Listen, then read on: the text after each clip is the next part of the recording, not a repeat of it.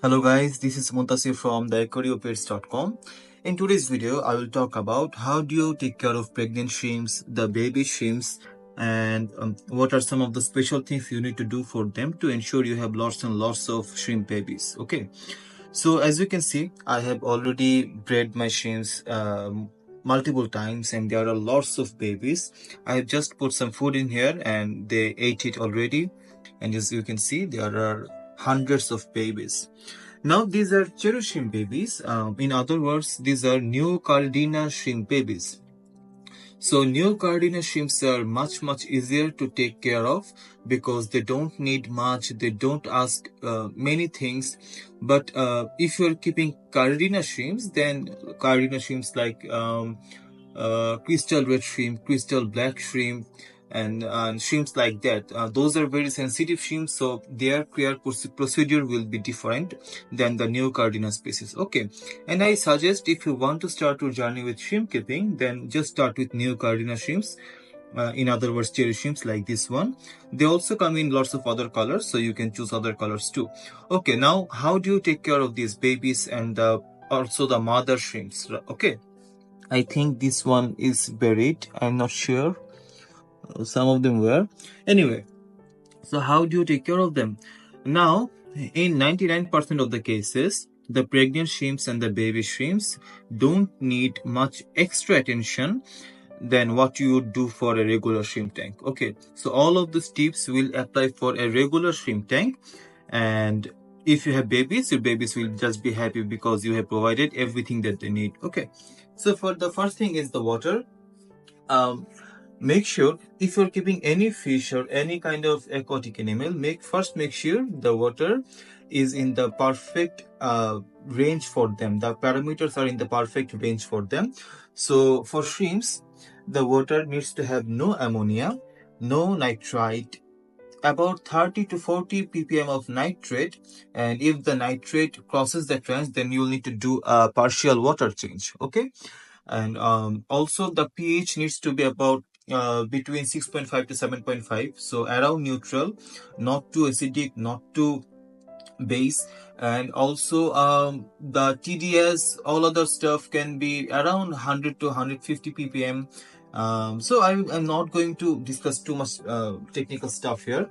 Just make sure you have good water, there is no chlorine in it, use a good anti-chlorine remover, also have good filtration, and your water should be good in most cases. Okay, unless you live in some area where the water is too hard or too soft, then you'll need to do some special things, but in most cases, just making sure these basic stuffs are running, then your water should be okay.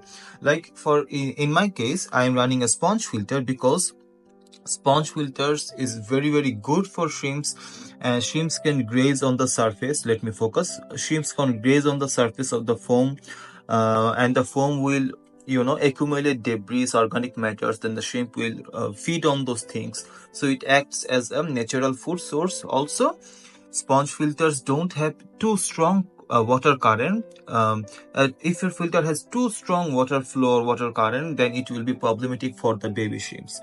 So sponge filter is good. Okay, now along with sponge filter, I'm also using a hang-on back filter. That's because I had one, it was lying around in my home, so I thought why not use it. So I am using a hang-on back filter too, but it is not necessary to use two filters, especially for a tank of this size. This is just because I had it lying around on my home, so I set it up. Also, there is nothing like too much filtration. Okay, if you have more than one filter, it will not be bad for the shrimps, it will be actually good for the shrimps.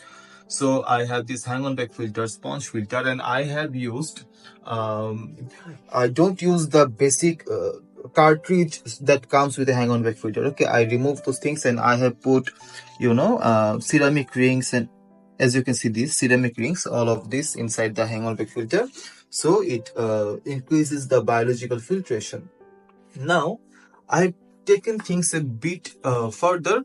I have used some money plants. You will also know them as pothos. inside the hang-on back filter, because these plants are very, very great for absorbing nitrogen from the water. So they act as a purifying agent, or as another third step filter, you would say. So that's why I have put these pothos here, and they are growing beautifully.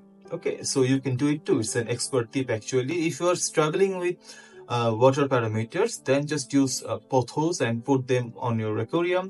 Don't submerge them like these plants. Don't submerge them. Just put the root section inside water, and these pothos will grow crazy.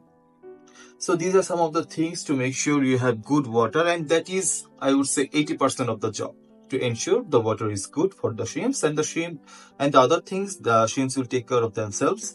So suppose for food, as you can see, I have lots of shrimps here, but even then I don't offer them food every day, because shrimps actually don't need food every day. Shrimps are natural scavengers. They graze on algae, they graze on biofilm, and algae biofilm grows naturally inside an aquarium. So you don't need to offer them food every single day.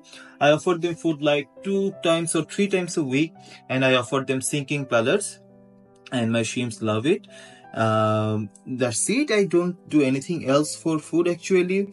And also one thing, use moss in the aquarium. As you can see, I have lots and lots of moss.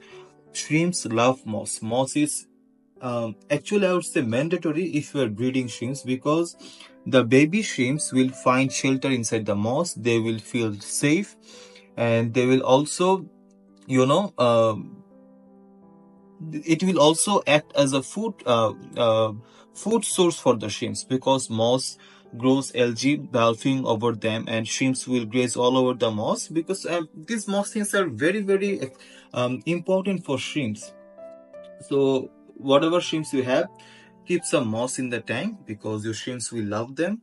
I also had an Indian almond leaf here, a very large Indian almond leaf, but the shrimps finished it. There is no trace of it, and I'll need to buy another one and keep it here. So get some Indian almond leaf if you can. Indian almond leaves are excellent as a food source also, as it releases tannins. The tannins will lower the pH of the water, so shrimps will love that. So get some Indian almond leaf too. I don't have any right now, because the shrimps have finished all of those things. Okay, so that's it about moss, filter, Indian almond leaf. I don't know if I missed anything. Oh, some other things I forgot to mention. If you are keeping substrate, you need some kind of substrate for keeping shrimps. You can go with sand or gravel if you're keeping cherry shrimps, but I will highly recommend an aqua soil. Like, this is an aqua soil, a soil specifically made for aquariums. You will find this on many fish stores. Just ask aqua soil. Even if you're not going to plant anything, I will recommend aqua soil, because aqua soils keep the pH of the water low, and this is actually preferred by shrimps. So if you can, even if it costs you a little bit extra bucks, but go for aqua soil, because this will make your life much, much easier. And also, if you're planning to breed shrimps seriously, if you want to see lots and lots of babies, then I will highly recommend, don't keep any other tank mates with your shrimps. As you can see, this is a just shrimp only tank. There are no other tank mates. It's just for shrimps, and that's why I think the babies are doing fine. As you can see, there are lots and lots of babies. So this is for today's video.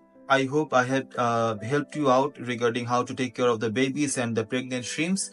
If you have any more questions, let me know in the comment box below. Till then, take care. Bye. Tata.